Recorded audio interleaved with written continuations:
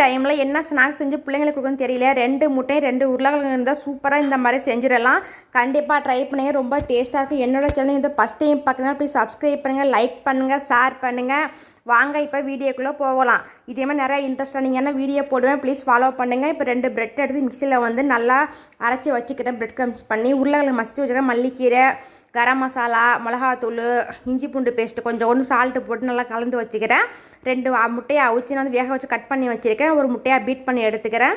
Bread crumbs கொட்டி வச்சுக்கிறேன். இப்போ வந்து உருளைக்கிழங்கு நடு கையில் வச்சு அது மேலே ஒரு ஸ்டிக்கு ஒன்று வச்சு அது மேலே வந்து முட்டையை வச்சு திரும்ப மசிச்சு உருளைக்கிழங்கு மேலே வச்சு நல்லா கோட் பண்ணி அதுக்கு மேலே எக்கில் நல்லா புரட்டி எடுத்து அதுக்கப்புறம் வந்து பிரெட் க்ரம்ஸ்லேயும் போட்டு எடுத்து எண்ணெயில் டேரெக்டாக போட வேண்டியது. இது மாதிரி கண்டிப்பாக ட்ரை பண்ணி ரொம்ப டேஸ்டியாக இருக்கும்.